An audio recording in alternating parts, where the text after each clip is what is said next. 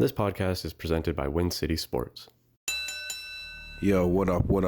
Welcome back to Cedric's Combat Corner, number 34.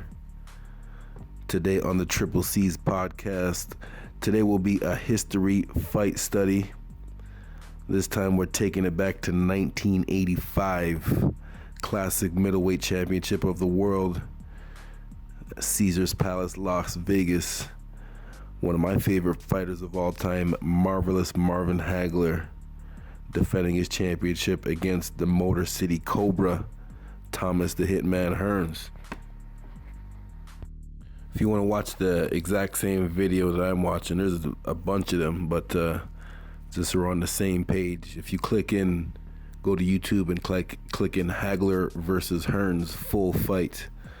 The first video that pop up, the time on it is 16 minutes and 14 seconds. That's the one that I'll be following right now for this video. I like watching like the long walks to the ring and a little background story on each fighter. So the one right underneath that's like 40 minutes long.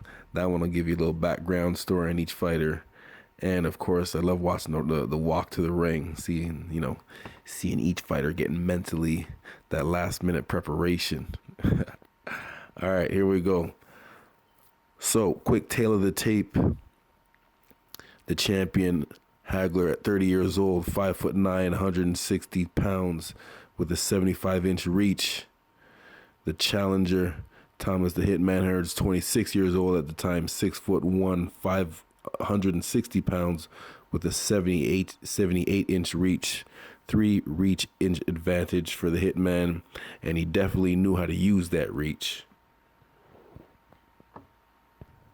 Now, at the time, again, this was 1985, the champion, MARVIN Hagler, was the WBC, the WBA, and the IBF middleweight champion of the world.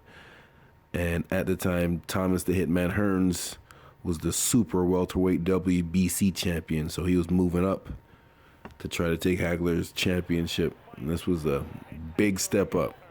All right, so you're going to fast forward to exactly the 6th minute of the video, not of the round, but of the video. 6th minute of the video. So, ready? Let's go.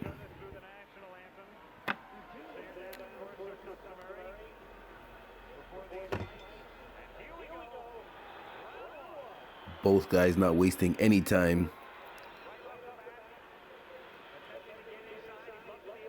Thomas Hearns, he should be using his reach to his advantage. That long reach that he has. But they straight up get into a street fight. This is not boxing. This is a street fight, which would work in more favor of Hagler with the shorter arms and the tighter defense. Thomas Hearns' advantage is at his reach when he's using his full extension. Sometimes this happens to fighters. They let their heart take over their brain, and this is what you're seeing right now.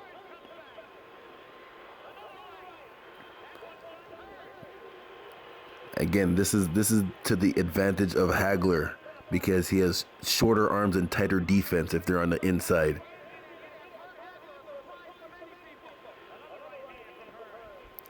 Nice 1-2. This is what Hearns should be doing from a distance. Long jab, long 1-2.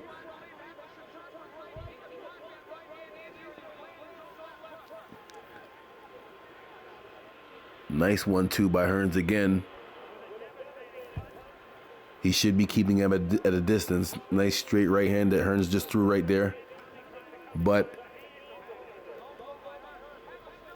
Hagler taking his time, walking him down with his hands up.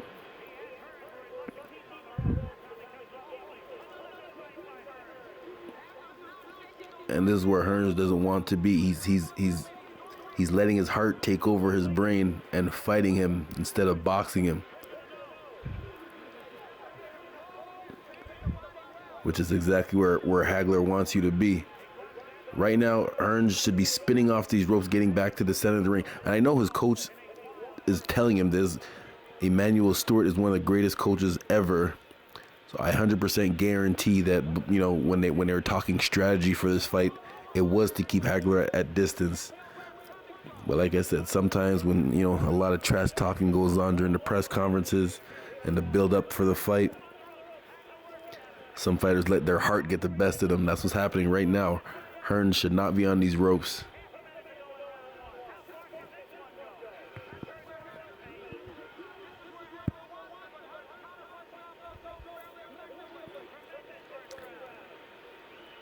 Yeah, Hearns is counter, but he's also getting hit a lot too.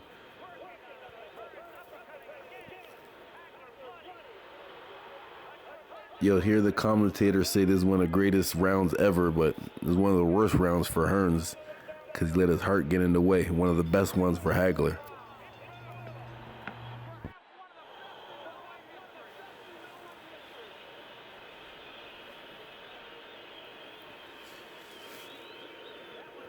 Again, for the crowd, yes, it was one of the greatest rounds ever for the crowd. For each boxer, not so much. Hagler, yes. Again, he wants to stay on the inside. Hearns needs to try to stick to his game plan, which is staying on the outside and using his reach to his advantage, which is what made him one of the best fighters, one of the greatest middleweights, welterweights, I should say, ever. You see the replay here. Nice uppercut. Hearns was fighting okay on the inside, but the problem is this is where Hagler wants you to be, and then things like that happen. All right, so we're on the same page. We're at exactly 10:07, 10:08, 10:09, and we're starting round 2. Now Thomas Hearns doing exactly what he should be doing, staying on the outside, using his reach, popping, moving. Exactly, using that long jab, making Hagler have to work to eat a couple punches if he wants to get on the inside. Yeah, he tried to land a nice little left uppercut to the body. Hagler staying calm, keeping his hands up, walking him down, cutting off the ring. Nice head movement by Hagler, nice deep, made him miss a couple times there. Again, this was the game plan that Hearns should have been doing from the beginning. Whipped in a hook after most of them were straight punches. Hagler decides to switch into an orthodox stance. See if he can mix things up. He's still keeping his hands up good, still blocking most of these punches. Both guys are working their game plan now, but that's the problem. See, keeping your hands down the whole time. You keep your hands down, but they can't be down the whole time. Hagler keeping his hands up good, walking him down in the orthodox stance now. Hearns needs to sit down just to put a little bit more power on those punches to make Hearns have to hesitate by coming forward. Hearns is doing the right things with them long straight punches, but he needs to sit down just to make Hagler respect him a little bit more, to make him slow down. Because he's not making Hagler slow down, Hagler is just eating them and coming forward. And Hagler is doing a very good job of stalking him, walking him down, cutting off the ring. Again, Hearns does not want to be on the inside right now. And this is exactly where Hagler wants you to be. Hearns needs to keep his hands up. See, he's throwing good long straight punches, but he just needs to sit down. You know, when I say sit down, just use his legs a little bit more to put a little bit more power. Now he's putting power, but he's making them hooks and stuff. And the other thing too is his hands needs to be a little bit higher, man. Yeah, Hearns is landing a couple of good punches in here, but he's getting hit with good counter punches because his hands are not coming anywhere near his face afterwards. And now he's back to fighting on the inside. You're fighting exactly where Hagler wants you to be. You need to be on the outside.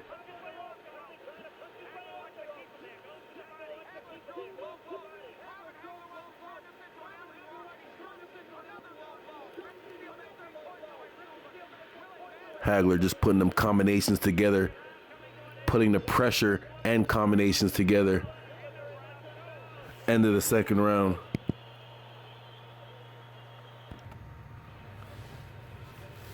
(13-15) of the round. Video, I should say.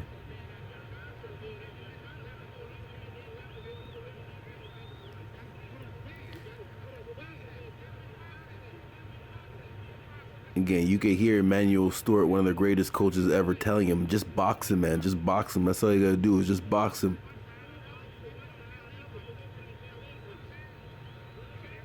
It's either something physically or mentally. Sometimes, you know, if you see a fight, if you hear a coach give a fighter some instructions, they don't follow it. Sometimes it's either something physically, they just can't do it, or mentally they feel that whatever they're thinking is better. Like they let their heart get in the way. All right, third round, 14th minute and 8, 9, and 10 seconds. Here we go, third round. Hagler decides to come out in the orthodox stance. Again, Hearns is doing what he's supposed to be doing with them long straight punches, but they're not accurate. And he doesn't have his legs under him. That was a nice slip by Hearns right there. So his defense is somewhat there, but the legs aren't there. And the accuracy on the punches aren't all there either. Nice, good couple of jabs by Hearns. Yep.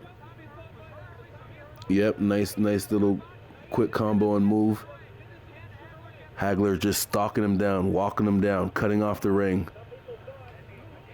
Look how perfectly Hagler cuts off the ring. Now he has him trapped in a corner.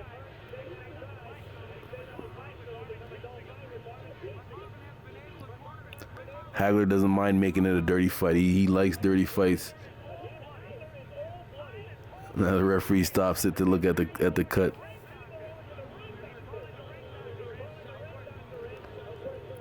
This right now would be to Hearns' advantage because he's the one that's a little extra tired right now. Oh, they get right back into it, not wasting any time. Hearns throwing the right punches, just not enough power on them to keep Hagler off of him.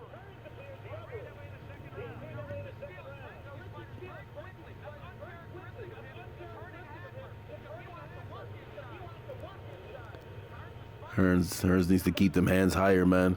If he kept his hands higher, you see what I mean?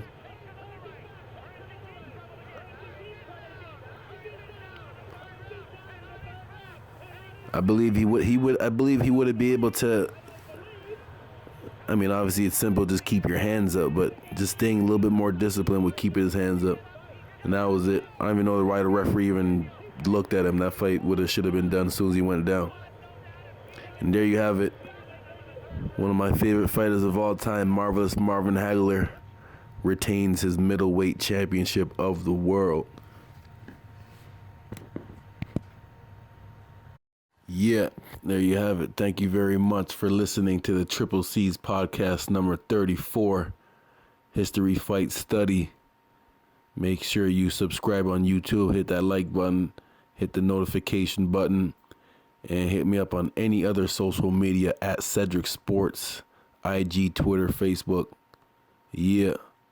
And of course, shout out to Win City Sports. Peace.